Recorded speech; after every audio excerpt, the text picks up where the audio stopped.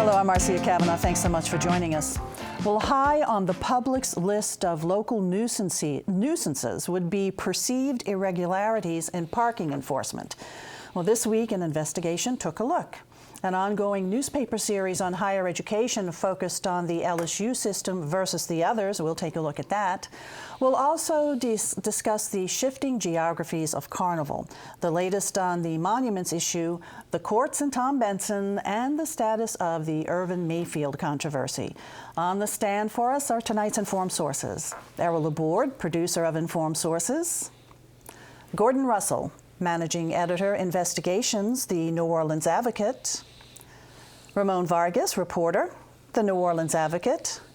And David Hammer, investigative reporter, WWL-TV, Channel 4. And we're going to go over to David first. And you did a piece about parking, people getting parking tickets, getting towed when they said, no, I shouldn't have been. Well, needless to say, parking and getting tickets and the parking meter prices, that's something that really is a hot button issue Gets people here. worked up. Yeah, it really does. Not the highest level investigation I've ever done, but I got a lot of reaction. Yeah, because everybody's really impacted by it. So what did you find out? Yeah, well, I found out that particularly it's drawing interest now because they just increased the parking rates, doubled them actually in the main tourist areas from $1.50 an hour to $3 an hour. And also they're planning on increasing the fines when you violate the parking laws by 50% from $20 to $30 on those main tickets.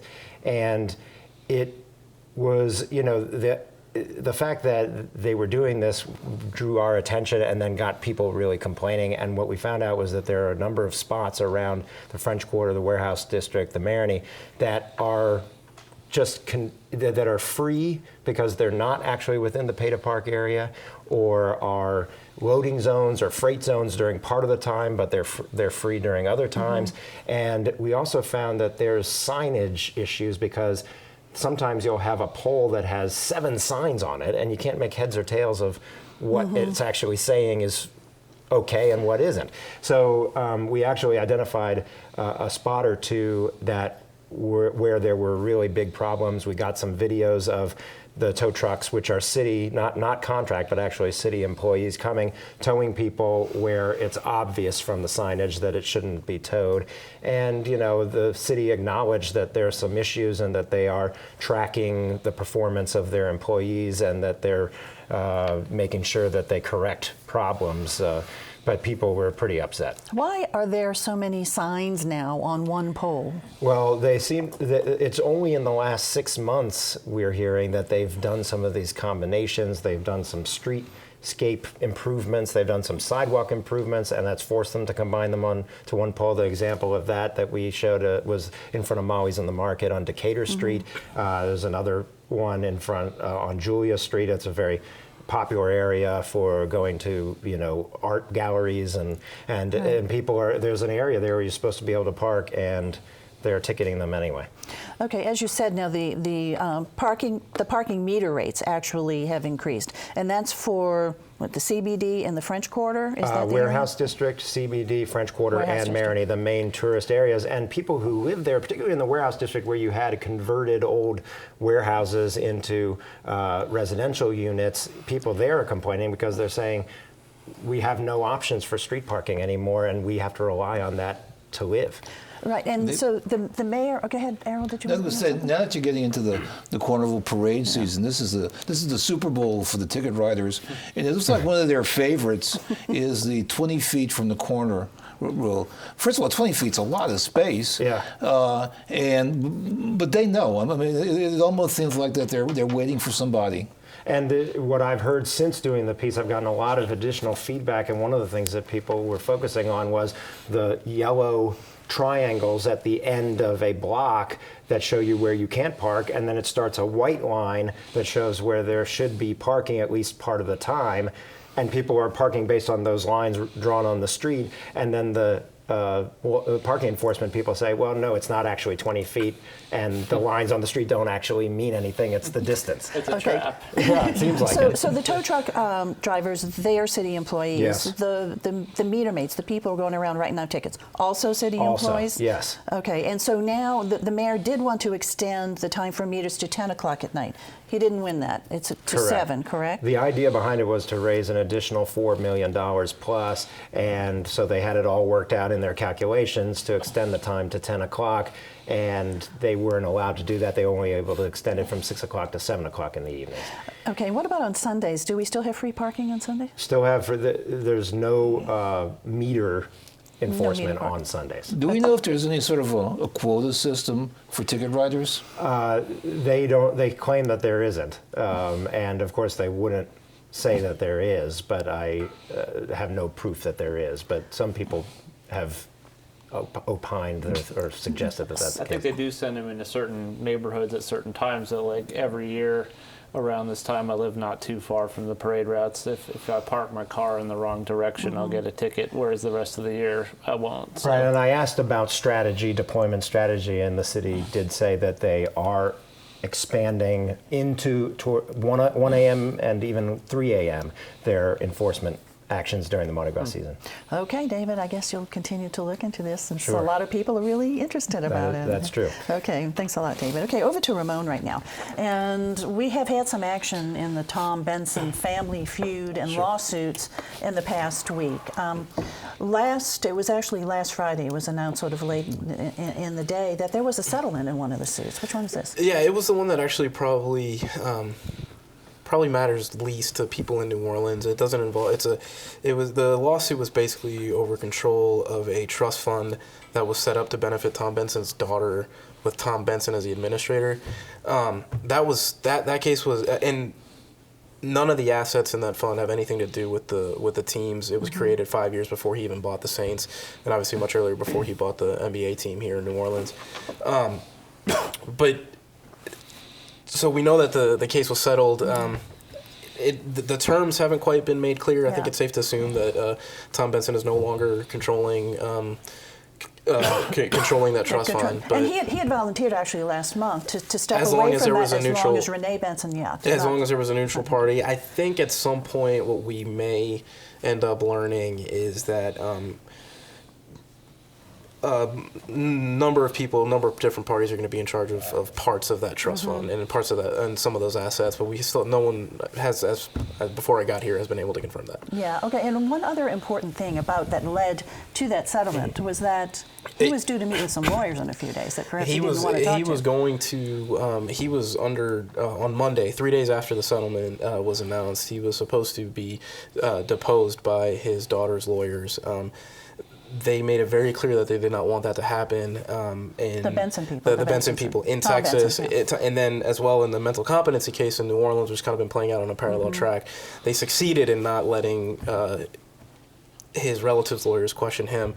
And so that obviously precipitated. I mean, it was like at the 11th hour before at the end of the last business day, before he was going to go in front of his to be questioned, I guess, by and they've definitely throughout the case, I mean, have resisted doing that. The only person that's been able to question him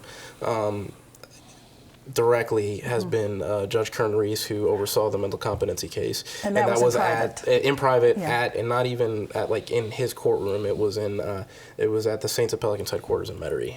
So back then to that case, the mental competency case, that is under appeal by the heirs, by Rita and her 2 children, and there was a hearing on that. Yes, it was about 8 days ago. Very strange circumstances. Essentially, media were barred from being able to enter. And I mean, the only thing I can gather, nobody came out and said this. The only thing I can gather, it certainly just made me suspicious because it seemed like that wouldn't happen for most people, and certainly we didn't learn until way after that he had attended.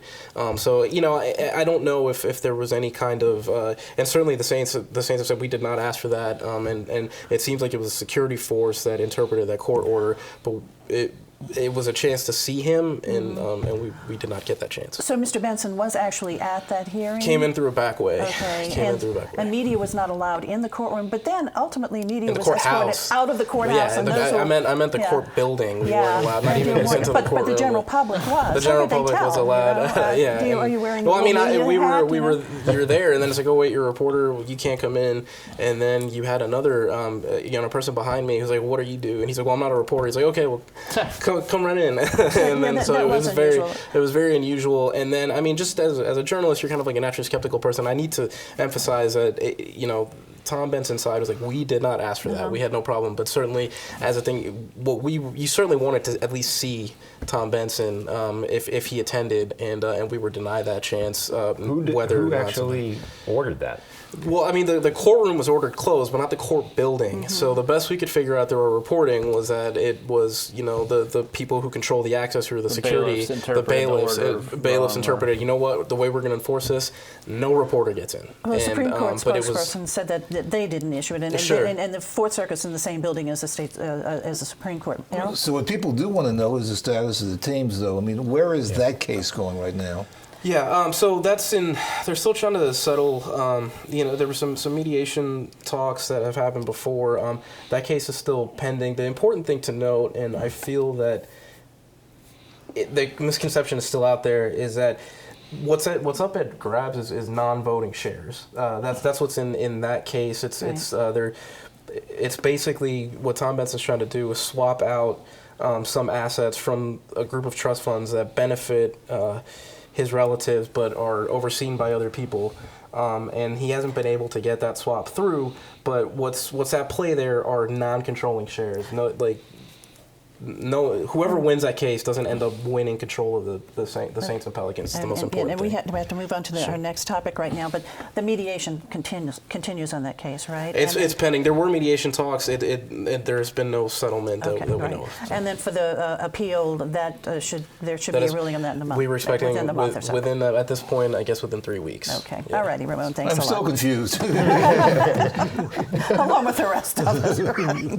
Okay. Thanks a lot, Ramon. Sure. I'm going to go over to Gordon. And you guys over at The Advocate have been running this multi-part series about the status of higher education in the state of Louisiana. You've just pointed out so many things in the series. One of the things I wanted to touch on was LSU, some years past, it said, okay, we want to really establish this big flagship agenda. We want to be up there with the UTs and the University of Florida, but they had setbacks because of the cutbacks. Yeah, I mean, LSU in some ways has been the most protected of Louisiana's universities under the cuts we've seen over the last 7 or 8 years. But even so, they've had to sort of scale back their ambitions. And I mean, they're the only school that actually has more money now than they did when the cuts started. But it's almost a standstill budget, whereas most of the other schools have had to absorb some pretty big cuts. And they had this ambitious, as you mentioned, it was called the flagship agenda, and the idea was to become one of these top public universities, a kind of a public Ivy, as they call them sometimes, like University of North Carolina or UT, and to recruit a number of new faculty members, some sort of star faculty members, and instead, one of the professors we spoke to in the story he was the business dean, and he said he ended up spending all of his time here playing defense. He's since moved on to another job in another state. But essentially they've had to sort of put these dreams on ice and just try to sort of maintain. Now, that said, they're healthier than most of the other schools in Louisiana in terms of, they've got their graduation rates are better than all the other ones. Most of the kids are on top, so they haven't been hit as hard by the tuition increases. Overall, better off. They have a ton of deferred maintenance is another thing. We didn't get into this too much in the series, but there's, something like $500 million in deferred maintenance at LSU, which is going to, eventually kind of bite them in the butt if they don't deal with that. But as you said, the other colleges, the other universities, they really have been suffering around the state. And UNO here in, our hometown is having a terrible time. How is this going to be addressed? What's going to happen? Well, I mean, I think one thing they probably need is more money. I mean, there's a lot of dispute about what's the right way to fix universities, because some of the things we've been trying to do as a state are to increase admission standards and things like that, because we had too many there was some agreement that we had too many kids coming to college who weren't ready. But the flip side is the more you increase admission standards, suddenly the schools don't have any enrollment, some of them. You're shutting certain kids out, especially minority kids and poor kids. So it's kind of a balancing act. I mean, I think there's pretty broad agreement that the schools need more money, and then the question is how some of these schools need to position themselves to kind of succeed without just taking kids into college who aren't ready for college. It's been a real struggle for the historically black schools, which have seen pretty catastrophic drops in enrollment, and also they're seeing more of the more black students are going to the historically predominantly white schools, and now that schools are so dependent on tuition with the state funding cuts, it's just creaming these schools. I thought it was really interesting how you did that graphic about the glut of schools and the distribution geographically, and how that's kind of hurt the system. Yeah, I mean, it's a really touchy subject, but and there's some disagreement about whether we really have too many schools, but I think there's not disagreement over the fact that we don't really need, for instance, 3 universities in Northeast Louisiana in pretty close proximity where almost nobody lives. And of course, a lot of this is a product of segregation, and we have, in 3 cases, we have a historically black school in very close proximity to a historically white school, and those are some areas where maybe there could be some efficiencies realized. So this series continues? Yes, we'll have a story tomorrow on athletics programs and how much they cost schools, except for LSU's, which actually makes money. And we'll wrap it up on Sunday with a look at what's ahead, what John Bell Edwards, the new governor, wants to do about this. Just real quick, do you all predict that we'll be seeing some major changes in our higher ed system? I think we'll see some, and this governor has said he wants to increase funding. The trouble, as everybody knows, is the state has a huge budget hole, so the idea that we're going to suddenly infuse a lot of new money into colleges right now seems kind of remote at the moment. Okay, Gordon, we'll be looking for the rest of the series. Thanks a lot. Over to Errol. Carnival geography, what you mean? Well, think about it in the sense that the carnival is like this big iceberg. Because it's built on tradition, it doesn't seem to move very much, but if you look over time, you do see movement and you do see changes. And thinking of looking at carnival over the last 20, 50, more recent years, you see gradual changes in the geography of carnival. The most prominent area, of course, is St. Charles Avenue, which is always, especially St. Charles between Jefferson Avenue and into downtown, which has always been a major playground in carnival. But now, all of the parades in Orleans Parish, except for Endymion, go down St. Charles Avenue, and it is the most popular place as far as recruiting people to be in your parades. In Orleans Parish, in Orleans Parish, but what they're finding out is that there are parades that used to be elsewhere that now parade in Orleans Parish because it's just attractive. It's where people want to parade. The crew of Allah, for example, I mean, that was on the West Bank, Orleans, but people, they don't want to be on a suburban highway. They want to be on St. Charles Avenue. And so St. Charles is overloaded with parades. And it used to be you go one parade a night. Now it's 2 or 3 parades. And so that's certainly a big, heavy area. Canal Street is changing too. Canal Street was always the centerpiece of where all the activity was. What would happen? The parades would get down to Canal Street and they'd take they'd make a U. They'd go down to the end of Canal Street, and depending where they'd wind up. Now they're only using really kind of a small part of Canal Street and really heading towards the riverfront. And in the past, the riverfront had almost no role in Mardi Gras. There wasn't much activity that went on. But now with the convention center, you're seeing, first of all, increasingly more carnival balls that are going there. And you're seeing more of the parades heading in that direction and ending in that direction, especially the big super cruise. But another area that's really has its own growth and its own personality is Marigny. That Marigny has its own kind of like subset Mardi Gras, and it's delightful. You see out of Marigny the Crew de Vœux, which paraded last week. You're seeing tomorrow things called Chewbacca's, and this little T-Rex parade, which is a shoebox parade. But on Mardi Gras, you see this thing called the Society of St. Anne and these other marching groups, which are thousands of people in great costumes. They come down from the Marigny in the Bywater area, and so and the Red Beans parade on Mardi Gras too. Oh, I missed that one. Okay, but the they just keep going. But Marigny has just become a really fertile ground, and so all of that has shifted from what from what it used to be. And of course, we still do have a pretty active parade route going on Veterans Boulevard, and then on the North Shore There's also. been a decline in the suburban Mardi Gras over the last few years. There's not as many crews as there used to be, and part of it was that the parish government really started to crack down, that the parades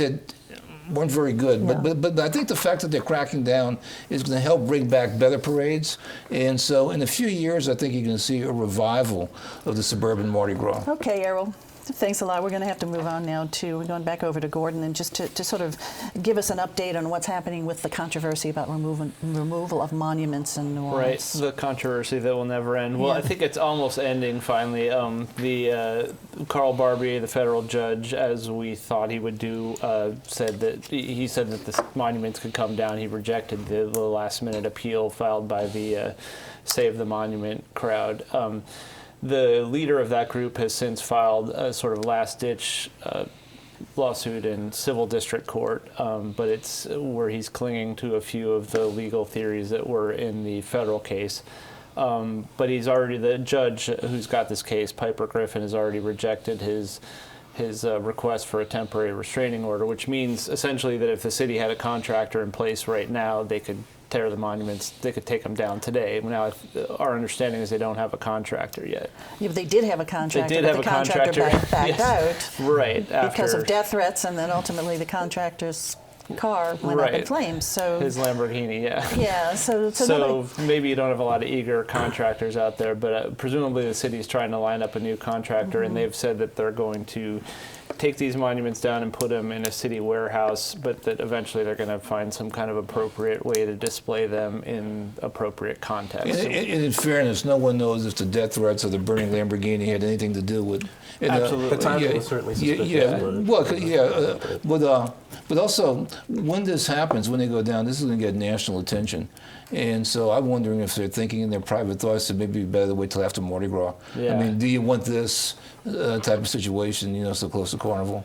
I mean, I guess you could argue, too, if they did it right in the middle of Carnival, maybe New Orleans wouldn't pay attention as much, but I don't know. I don't know, Robert E. Lee, Well, they were right there at Lee Circle. That's sort of a Right in prominent the middle of the spot. parade. Have you heard anything? I heard reports yesterday about Beauvoir. Jefferson Davis's home hadn't on heard the that. Mississippi coast is now, making some Some moves to get that statue. They're making a pitch for it. Yeah, looking into perhaps sending some of them over there.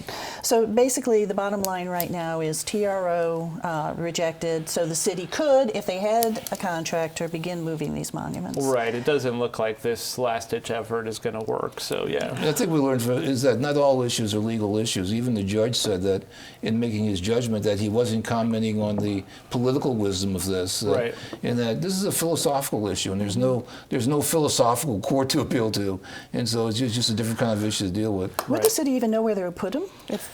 They've said they're going to put them in some kind of warehouse. I don't know where this warehouse is initially. Or a park, and they then, talked about. Well, I think they've said eventually they want them to be but displayed, but when- immediately some kind of warehouse. And it's got to be a pretty big warehouse to take the... Those are sizable monuments, Yeah. indeed. Okay, thanks a lot, Gordon. We're going to go back over now to David, and you had an update on your Irvin Mayfield stories about the New Orleans Jazz Orchestra, the Library Foundation, the monies that had gone from the foundation to NoJo. When you immediately broke this story, you said that the head of NoJo, the board, board, Ron right. Foreman, had said those monies would be reimbursed. Correct. That's changed. Well, he said explicitly, and he emphasized it even, that all of the money would be paid back and that they would move very quickly to raise funds privately in order to pay back the Library Foundation, as the mayor and others called for after I broke the story. That is what appears to have changed because of a statement that was given after I had learned that late last year, that it was actually over $1 million, and that they were trying to determine how much was paid improperly of that to be paid back. Then I got a statement when I inquired about the process of paying it back from the jazz orchestra saying they didn't believe any of it had been paid improperly after doing their own internal review. So they did the review. Has there been any outside group that has been able to take a look at where this money went? They claim that the group that they hired was an independent outside attorney, but they won't say who it is. David, I wondered about, even if they said we're going to keep our promise and give the money back, how are they going to get the money to give back? I mean, who would want to contribute to that? Well, that Foreman was explicit at the beginning in saying that they were going to raise private donations and that they were going to be able to do it relatively quickly. That is where things have kind of gone in another direction. And what this is going to boil down to is the Library Foundation's efforts to get the money back after they give a full accounting of what they believe is owed back. And has NoJo given to the Library Foundation a full accounting of how they spent the money? Do we know? We don't know that. Okay. No. I mean, we know that Bob Brown, the head of the Library Foundation, said it was news to him when they made the statement to me last week that they were not going to reimburse. They felt they did not need to. That they felt that everything was spent properly, because that's not the way that the Library Foundation looks at it. Okay. One other story that I want you to quickly touch on right now is a follow-up. In St. Bernard Parish, oil and gas suit. What happened there? Well, there's a bunch of oil and gas suits where you have coastal parishes, Jefferson, Plaquemines. There was also the East Bank Levee Authority accusing oil and gas companies of causing coastal erosion from decades ago. And the St. Bernard Parish actually had a contract with the same big mover shaker law firm out of Baton Rouge to do the same thing years ago, but it was never signed by the former parish president, Dave Peralta. One of the council members who approved it back then 2 years ago is now the parish president, Guy McGinnis, and he immediately signed it, even though there's some language in there directed specifically at Peralta. So there's question about whether he has the authority to do so, and he received maximum donations from the members of that law firm that he signed the contract with. You will be looking into this further, I guess? Absolutely. Never a dull moment? No. Okay, time to look ahead. Errol? Well, looking at Mardi Gras, on the night before Mardi Gras, on Lundi Gras, the crew of Proteus Parade, there's going to be at the head of it a riderless horse, which is usually a symbol of someone that's died. And it'll be in honor of Bo Bassage, who was very active in New Orleans, who for many years was captain of Proteus, but who was very active also in City Park and the rebuilding of City Park, so it's going to be a tribute to him. Very nice. Gordon? Well, UNO is looking for new leadership, as everyone probably knows, and the school's been struggling, as we've written about. And I don't know if everyone saw it this week, but Andy Copland, the mayor's top deputy mayor, is one of the 5 finalists for the job, and I wouldn't be shocked if he got it. I don't have any inside knowledge, but I wouldn't be surprised. When is the choice going to be made? Do we know? I can't remember, but they're in the final legs of the search Fairly process. soon. Yeah. Okay. All right. Thanks, Gordon. Ramon?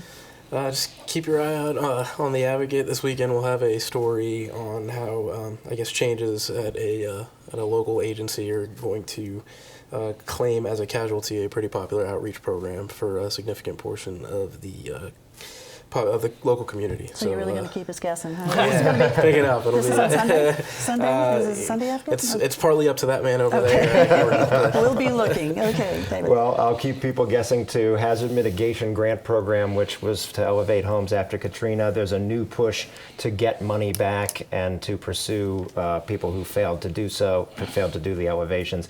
And I'm going to be having an investigation related to that coming up. Okay, all right. I thank you guys for being here. Thank you all for joining us. We want to see you again next week for Informed Sources. Have a good evening.